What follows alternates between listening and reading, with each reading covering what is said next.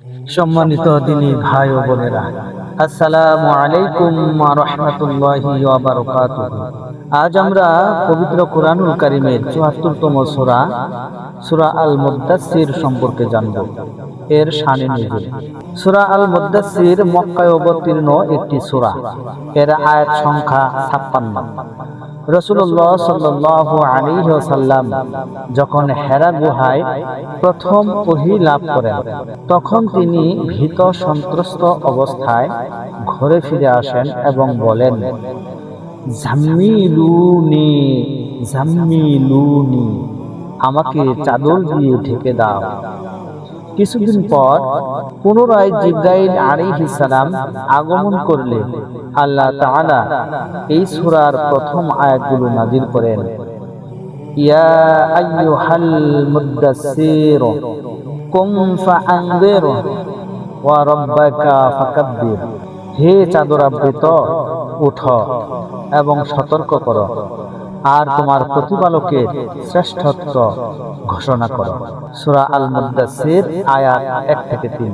এই আয়াতগুলোর মাধ্যমে নবী করিম সাল্লাল্লাহু আলাইহি ওয়াসাল্লামকে প্রকাশ্যে দাওয়াত ও মানুষকে সতর্ক করার দায়িত্ব প্রদান করা হয়। সহিহ আল বুখারী, সহিহ মুসলিম। সূরা আল মুদ্দাসসিরের ফজিলত সম্পর্কে বলা হয়েছে, দাওয়াতি কাজের সূচনা ঘটনা। এই সূরার প্রথম আয়াতগুলো নবুয়তের দায়িত্ব পালনের আনুষ্ঠানিক সূচনা হিসেবে গণ্য করা হয়। এখানে নবী করিম সাল্লাল্লাহু আলাইহি ওয়াসাল্লামকে মানব জাতিকে সতর্ক করার নির্দেশ দেওয়া হয়েছে, আল্লাহর মহত্ব ঘোষণা করার শিক্ষা। সূরার শুরুতেই বলা হয়েছে, ওয়া রাব্বাকা ফাকাব্বির, আর তোমার রবের শ্রেষ্ঠত্ব ঘোষণা করো। এটি তাওহীদের দাওয়াতের মূল ভিত্তি, আত্মশুদ্ধির শিক্ষা। আল্লাহ তাআলা বলেন, ওয়াসিবাকা ফাতাহহির, তোমার পোশাক পবিত্র রাখো।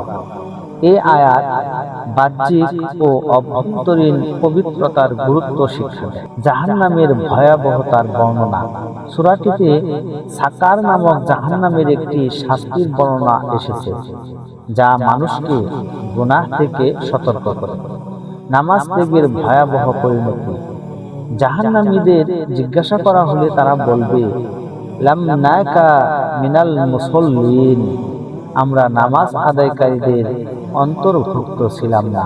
সূরা মুদ্দাসসির আয়াত ৪৩। এই আয়াত নামাজের গুরুত্ব অত্যন্ত স্পষ্টভাবে তুলে ধরে। এই সূরার মূল বিষয়বস্তু হলো নবী করিম সাল্লাল্লাহু আলাইহি ওয়াসাল্লামকে দাওয়াতের দায়িত্ব প্রদান, তাওহীদের আহ্বান, আত্মশুদ্ধি ও পবিত্রতা, কাফিরদের পরিণতি, জাহান্নামের বর্ণনা, নামাজ ও আখিরাতের গুরুত্ব, কিয়ামতের সতর্কবার্তা। আল্লাহ তাআলা যেন আমাদেরকে এই সূরা আল মুদ্দাসসিরের শিক্ষা অনুযায়ী জীবন গঠন করার তৌফিক দান করুন, আমিন। সম্মানিত দিনী ভাই ও বোনেরা, চলুন তাহলে সূরাটি শুনে আসি। ওযু সহকারে যদি সূরাটি শুনেন তাহলে তিলাওয়াতকারীর সমান সওয়াব পাওয়া যায়। সুবহানাল্লাহ। আর যদি ভিডিওটা ভালো লাগে, মেহেরবানি করে আমার চ্যানেলটিকে সাবস্ক্রাইব করবেন, ভিডিওটি বেশি বেশি শেয়ার করে দেবেন। আসসালামু আলাইকুম ওয়া রাহমাতুল্লাহি ওয়া বারাকাতুহু। বিসমিল্লাহির রহমানির রহিম। ইয়া আইয়ুহাল মুদ্দাসসির ওয়া রাব্বাকা ফাকাব্বির ওয়া সিবাবাকা ফাতাহহির ওয়া রুজজা ফাহজুর ওয়া লা তামনুন تستكثر ولربك فاصبر فإذا نقروا في النقور فذلك يومئذ يوم عسير على الكافرين غير يسير ذرني ومن خلقت وحيدا وجعلت له مالا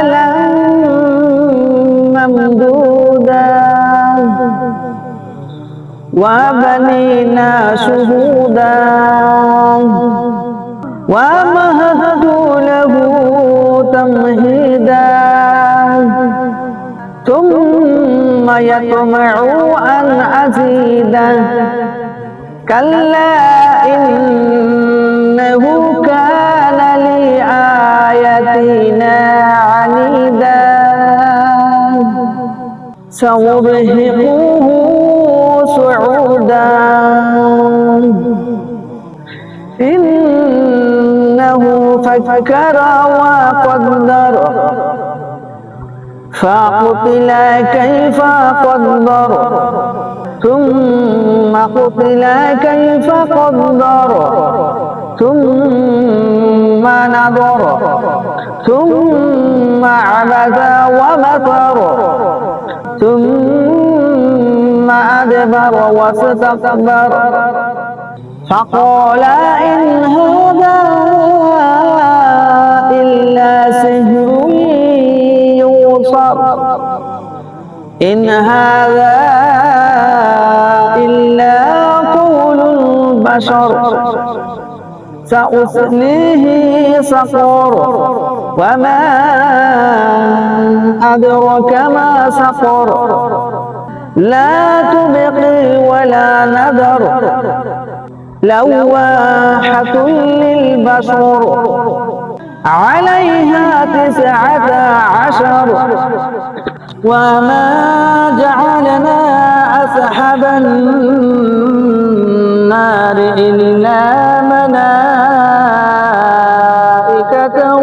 وما جعلنا عدتهم إلا فتنة للذين كفروا ليستيقن الذين أوتوا الكتاب ويزداد الذين آمنوا إيمانا ولا يرتاب الذين أوتوا الكتاب والمؤمنون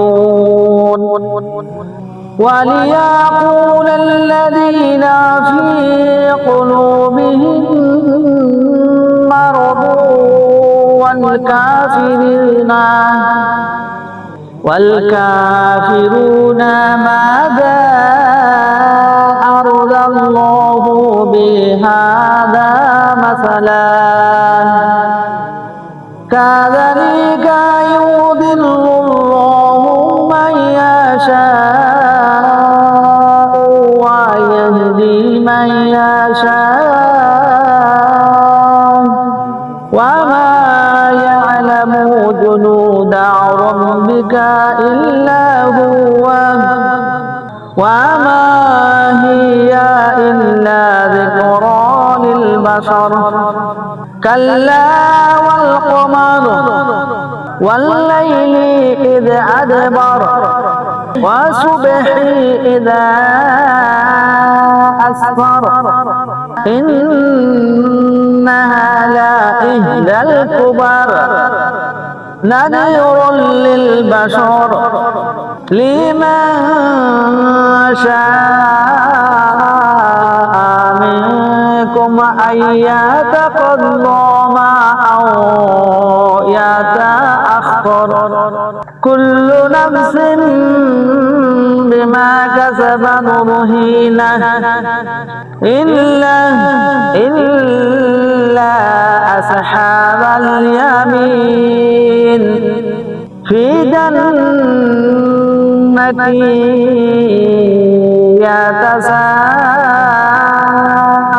يتساءلون عن المجرمين ما سلككم في سقر قالوا لم نك من المصلين ولم نكن نطعم المسكين وكنا نخوض مع الخائضين وكنا نكذب بيوم الدين حتى أتانا اليقين فما الشافعين فما لهم عن التذكرات معرضين كأنهم حمور مستنفرة فرت من كسورة بل يريد كل امرئ منهم أن يؤتى صحفا منشرة كلا بل لا يخافون الآخرة كلا إنه تذكرة فمن شاء ذكره وما يذكرون إلا أن يشاء الله هو أهل التقوى وأهل المغفرة